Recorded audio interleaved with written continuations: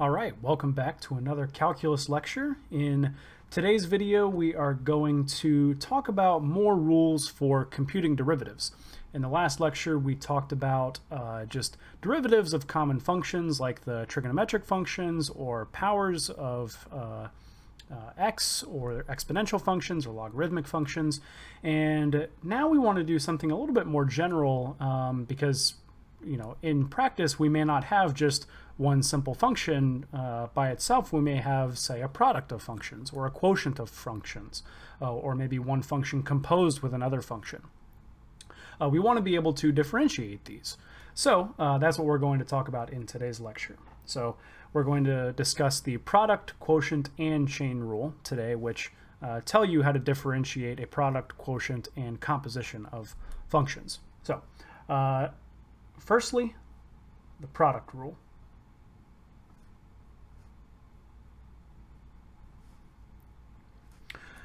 And the product rule states this. So if f of x and g of x are differentiable,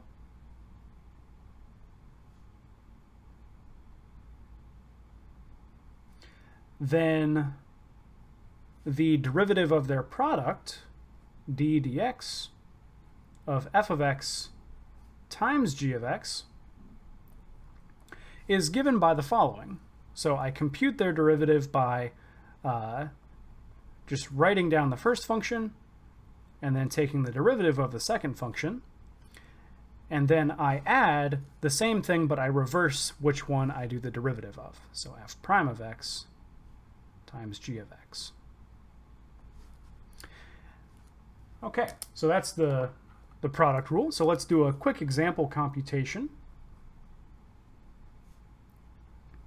And for doing computation involving a product or a quotient or a composition, I think it's really important to keep your work organized. So for this example, let's try and do that. So let's compute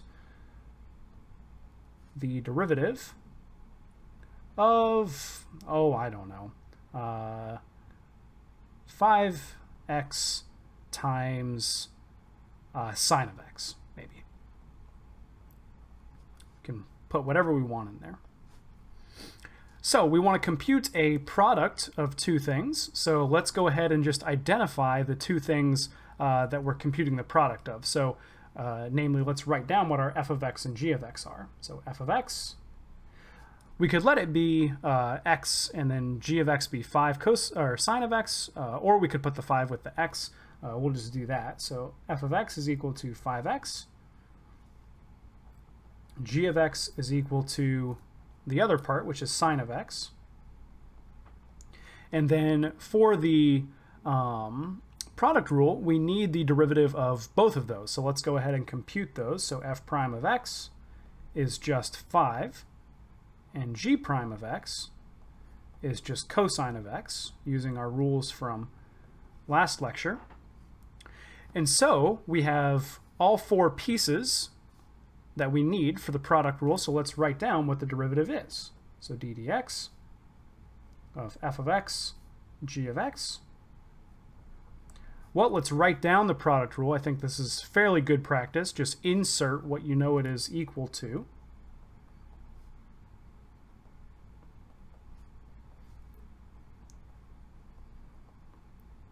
And then substitute in each of these derivatives that we've computed. Really what we are doing is just substituting symbols. That is really all we're doing. The only calculus that's happened is actually this part and sort of stating that this identity is true. Now we just put in everything that we know. So f of x is 5x, g prime of x is cosine of x, plus f prime of x is 5, g of x is sine of x. And we're done. That's all we have to do to compute the derivative of this product.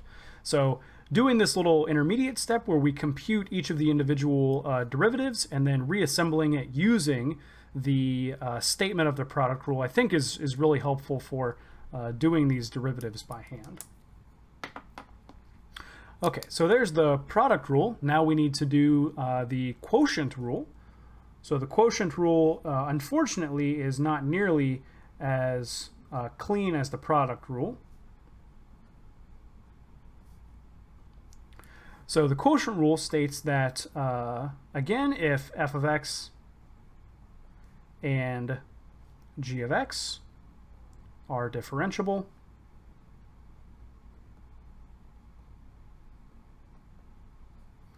then the derivative of f of x divided by g of x is given by the following. So we do the bottom function times the derivative of the top function minus the top function times the derivative of the bottom. And then what we do is divide by the bottom function squared.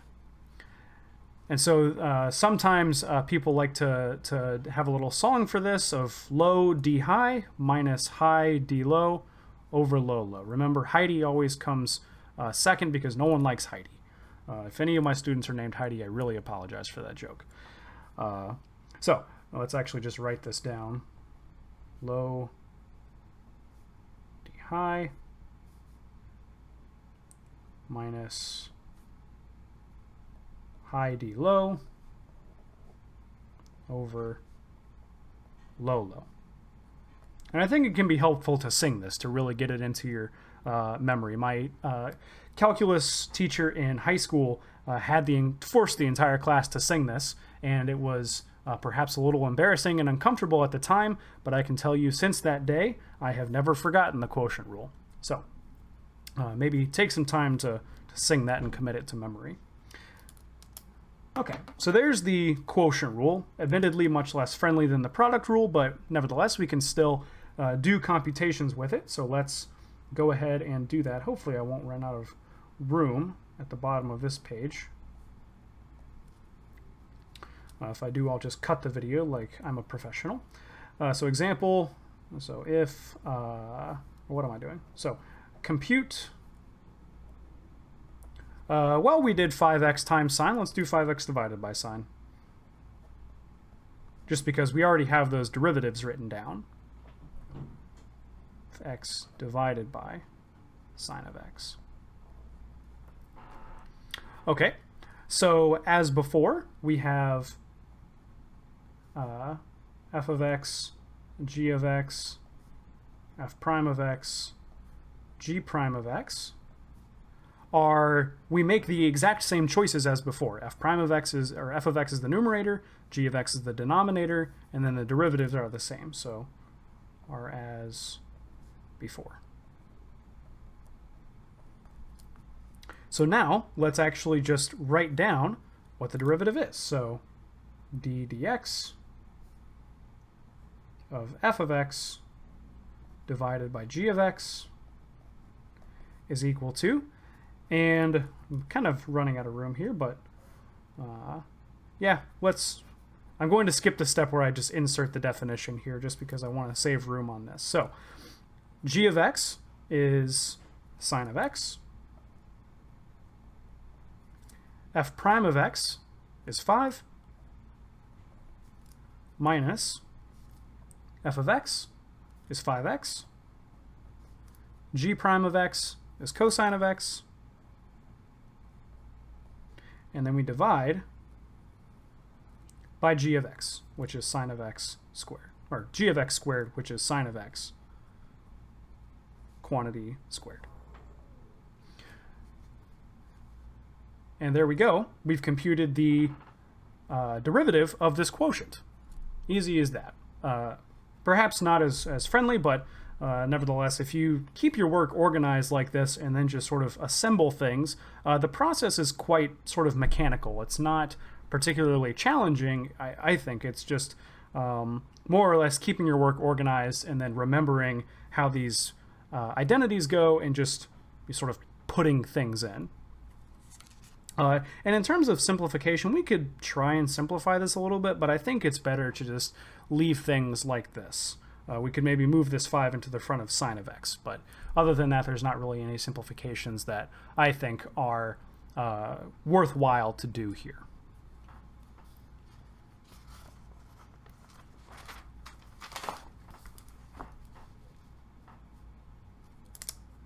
All right, so lastly, so that was the product and the quotient rule. So now let's do an example using the chain rule. Or let's first state the chain rule and then use it. So if f of x and g of x are differentiable,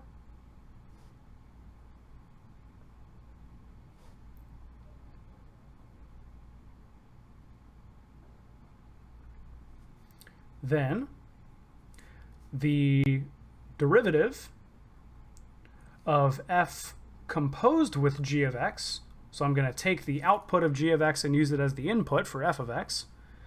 This is equal to, I differentiate the outside function, I plug in the inside function,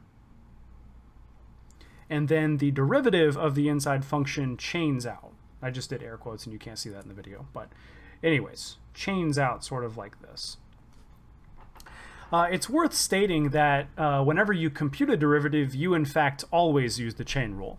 Sometimes g of x is just the function x by itself, in which case g prime of x is 1, and so you just don't write down the times 1 at the end.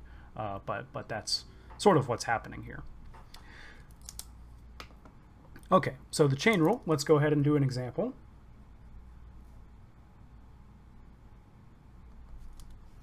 So let's just use the same functions as we've been using. So compute, there we go, the derivative of sine of 5x. Okay, well, now we just have to sort of switch around the order in which we're stating f and g. So f of x is the outside function, so it's going to be sine of x. The inside function is 5x. And then the derivative of the outside function is cosine of x. And the derivative of the inside function is 5. Okay, now let's go ahead and just write down what the chain rule gives us. So d dx of f of g of x, and since I have room, we'll go ahead and put in all the details. This is f prime of g of x times g prime of x. And this is equal to, well, what's f prime of x? F prime of x is cosine of, and then instead of writing x, I put in g of x, which is 5 times x, and then g prime of x, which is 5. Okay? So, simple as that. It's perhaps interesting to note, so observation,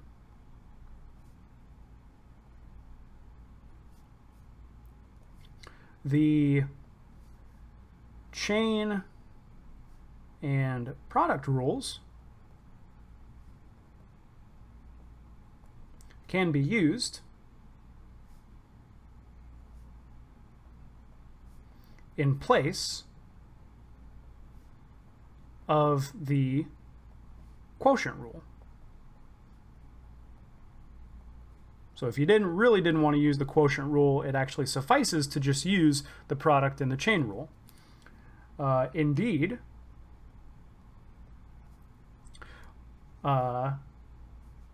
since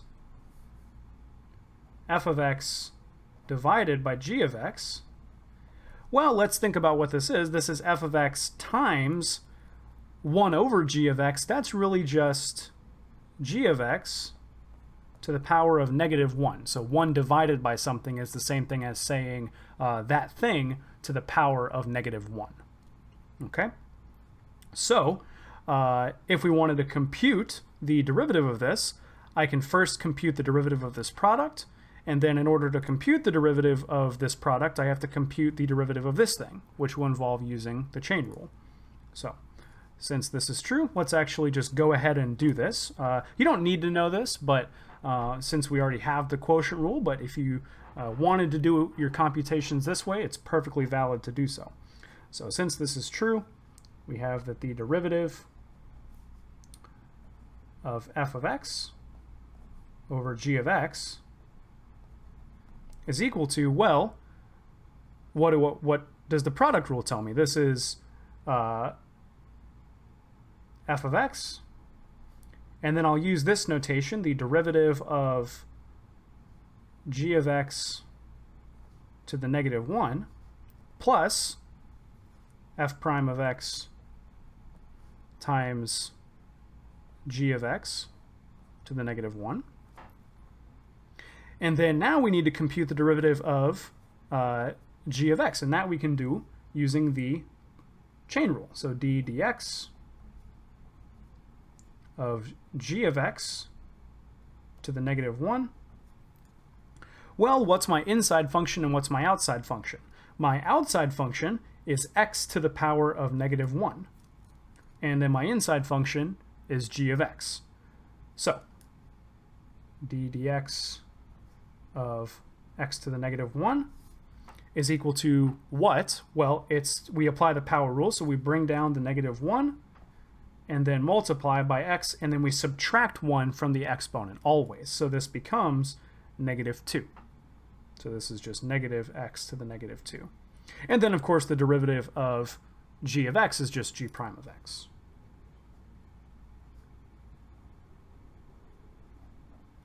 I suppose I should put brackets around these things just to be consistent. So what do I get when I do this computation? I get the outside function, and then I evaluate it at the inside function, and then I multiply by the derivative of the inside function. And so now let's actually just write down what everything is. So, work is unorganized here. We'll just do it here. So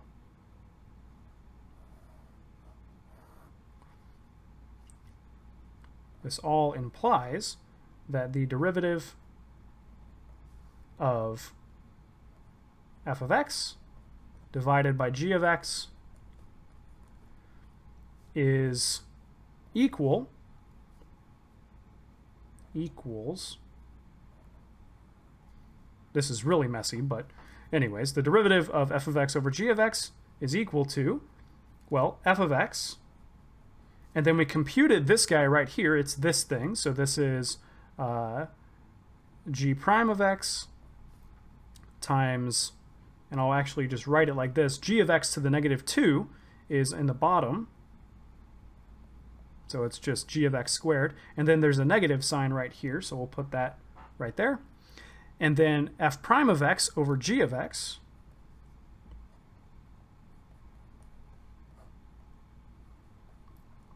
and then I can also get a common denominator. I can multiply by g of x over g of x and write this like so, and then make this squared. And so when we simplify, f of x g of x minus f of x times g prime of x.